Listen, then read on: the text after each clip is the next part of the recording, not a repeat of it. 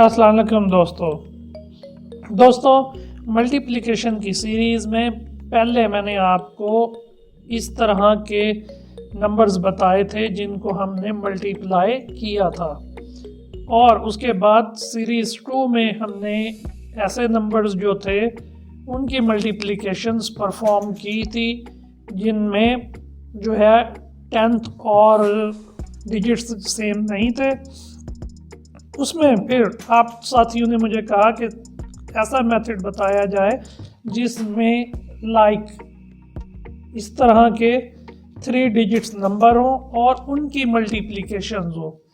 मैं इसको मल्टीप्लाई कर देता हूँ 14 के साथ ऐसे नंबर्स। तो दोस्तों आज आपके लिए इसी सीरीज़ में मैं जो है वो जापानीज़ वे तरीका लाया हूँ कि जापानीज़ किस तरह से मल्टीप्लिकेशंस करते हैं या वो अपने बच्चों को मल्टीप्लिकेशंस कैसे सिखाते हैं। सिर्फ सिंपल लाइनें लगाते जाना है और इन लाइनों के ज़रिए से ही आपकी मल्टीप्लिकेशन हो जाएगी। पहला नंबर हमारे पास 1 था, हमने 1 लाइन लगा ली।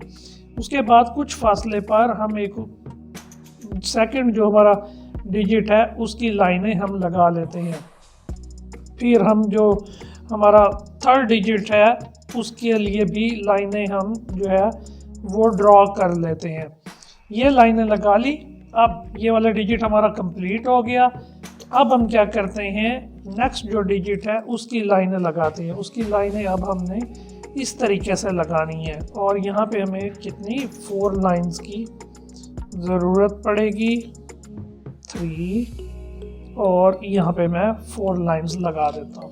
आपकी मल्टीप्लिकेशंस हो गई। अब आपने जस्ट काउंट करते जाना है और आपका जो रिज़ल्ट है वो कैलकुलेट हो जाएगा।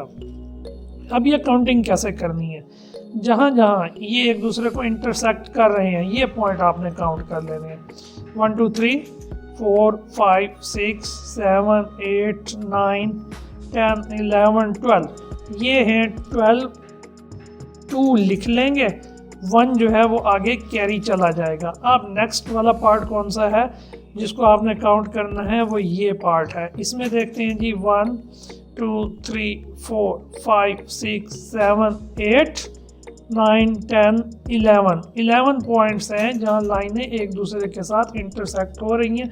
11 और ये जो 1 हमारे पास कैरी था 12, तो हमने 12 का 2 लिख दिया। 1 जो है फर्दर आगे कैरी चला गया। अब हमारे पास कौन सा पॉइंट्स है, अब हमारे पास ये पॉइंट्स हैं जिनका हमने काउंट करना है। कितने पॉइंट्स हैं, 1 2 3 4 5 6 और 1 कैरी कितना हो गया जी 7। और उसके बाद सिर्फ ये पॉइंट अब हमारे पास बचा, इसको भी हम लिख लेते हैं। अब हम इसका क्या है वेरीफाई कर लेते हैं क्या ये रिज़ल्ट यही आता है। आपके पास जो सिस्टम में कैलकुलेटर मौजूद है उसको मैं ऑन करता हूँ और फिर उसको जो है हम वेरीफाई कर लेते हैं कि क्या हमारा आंसर करेक्ट आया। 1 2 3 इसको हमने मल्टीप्लाई किया है जी 14 के साथ, जाए आसानी से आप उसको देख सकें। इस टाइम मैं जो नंबर ले रहा हूँ वो फिर 3 डिजिट नंबर है 1 3, और फिर छोटा सा एक नंबर ले लेता हूँ 2, और इसको हम मल्टीप्लाई करते हैं जनाब 62 के साथ। अब हमने ऐसे नंबर्स लिए हैं कि जिनको ड्रॉ करना थोड़ा सा हमारे लिए आसान हो जाए, वरना आप कोई भी नंबर ले सकते हैं। 1, उसके बाद 3 लाइंस, उसके बाद 2 लाइंस। फिर हम कितनी लाइंस लेंगे, 6, 1 2 3 4 5 और 6। ये ज़रा आपने अच्छी करके लगा लेनी है ताकि आपको सीखने में, समझने में, काउंटिंग में आसानी हो। अब नेक्स्ट जो सॉल्यूशन है वो ये है कि हमने ये इस तरह से जो है पार्ट्स अपने कर लेने हैं इसके, और फिर इनको काउंट कर लेना है। 1 2 3 4 ये कितने पार्ट्स यानी कितनी जगह पे इंटरसेक्ट हो रहा है, 4 पे। उसके बाद जो है हमारा ये पोर्शन है 1 2 3 4 5 6 7 8 9 10 11 12 12 13 14 15 16 17 18 18 जगह पे इसने किया, तो हम 8 और 1 क्या है फिर आगे कैरी चला जाएगा। अब हमारे कौन सा पार्ट बच गया जी जिसको हमने काउंट करना है, ये वाला पार्ट। ये 6 लाइंस थी, ये 3 थी, तो 18 19 20 और 1 कैरी आया हुआ था 21, तो 1 हमने लिख लिया और फिर 2 कैरी चला गया। ये हमारे पास कितना है जी, लास्ट बच गया ये हमारे पास 6 है, तो 6 और 2 ये हो गया जी 8। यहाँ पे अब आपकी मल्टीप्लिकेशंस हो गई। अब इस रिजल्ट्स को भी हम वेरीफाई कर लेते हैं। 132 और ये है जी 62 टाइम्स, इक्वल का साइन।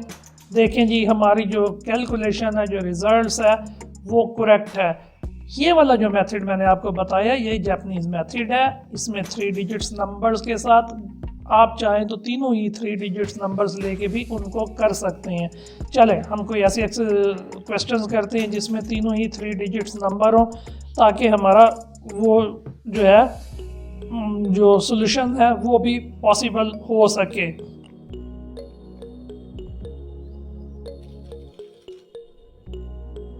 हम 3 डिजिट्स नंबर ले लेते हैं 1 1 1 और इसको हम मल्टीप्लाई कर देते हैं जी 23 के साथ। मैंने आसान से नंबर लिए हैं ताकि कैलकुलेशन में आसानी हो।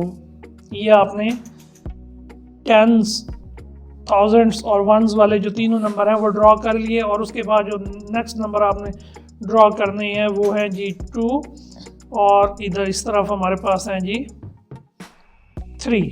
अब हम इसकी काउंटिंग कर लेते हैं। नंबर्स जो है मैंने लाइंस थोड़ी सी आप जो है इसको सीधा अगर लगा लें तो समझने में, कैलकुलेशन में हमें जो है आसानी हो जाएगी। लाइनें जो है वो ड्रॉ कर लेनी है आपने, और उसके बाद जो ये वाली लाइनें हैं